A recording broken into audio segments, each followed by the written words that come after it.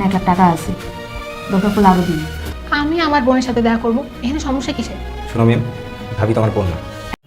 Hello বন্ধুরা, আবারও চলে আসলাম আমাদের সবার প্রিয় নাটক সত্যের মৃত্যু নিয়ে 14 নম্বর এপিসোড নিয়ে। এটা কি সত্যি সালাউদ্দিনের মা কিছু সম্পত্তির লোভে নিজের ছেলেকে বিষ খাওয়িয়েছে? শুধু তাই না, সালাউদ্দিনের স্ত্রী আমেনাকে ষড়যন্ত্র করে ঘর থেকে বের করে দেওয়ার নতুন পরিকল্পনা করছে।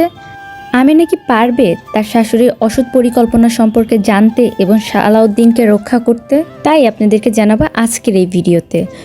এবং পরবর্তী ভিডিওটি কবে আপলোড করা হবে তাও এই ভিডিওতে জানিয়ে দেওয়া হবে।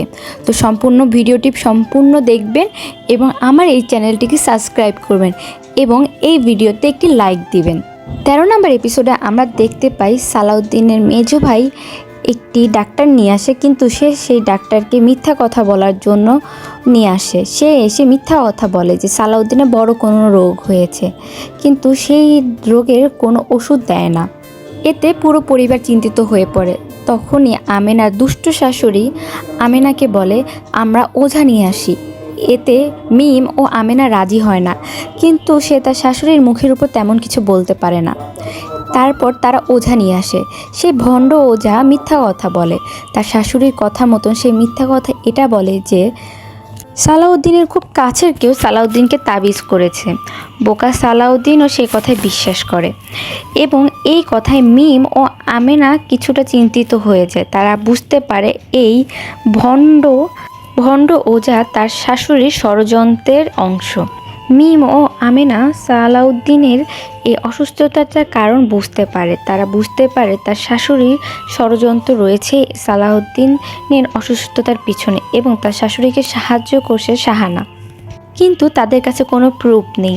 এই কারণে তারা তার শাশুড়িকে কিছু বলতেও পারছে না। অন্যদিকে তার শাশুড়ি সালাউদ্দিনকে বোঝানোর চেষ্টা করে তার উপর তাবিজ করেছে আমেনা এবং এই তাবিজ দূর করার জন্য তাদেরকে শাহানারা এই ঘরের বউ করে আনতে হবে। সালাউদ্দিন বোকা ও সরল সোজা, সে তার মায়ের উপর কথা বলতে পারে না এবং সে তার মায়ের ষড়যন্ত্র বুঝতে পারে না, কিন্তু বুদ্ধিমান মিম ও আমেনা বিষয়টা বুঝতে পারে।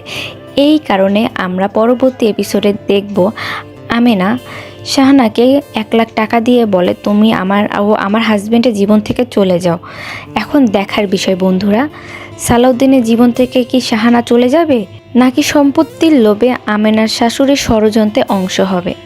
বন্ধুরা, তাই আমরা দেখব পরবর্তী এপিসোডটি আগামী 17 এপ্রিল ইগল ইসলামিক চ্যানেলে আপলোড করা হবে। বন্ধুরা, পরবর্তী এপিসোডে কি হতে চলছে তা জানতে হলে অবভিয়াসলি আমার চ্যানেলটিকে সাবস্ক্রাইব করবেন এবং আমার এই ভিডিওটিতে একটি লাইক দিবেন। ধন্যবাদ সম্পূর্ণ ভিডিওটি দেখার জন্য।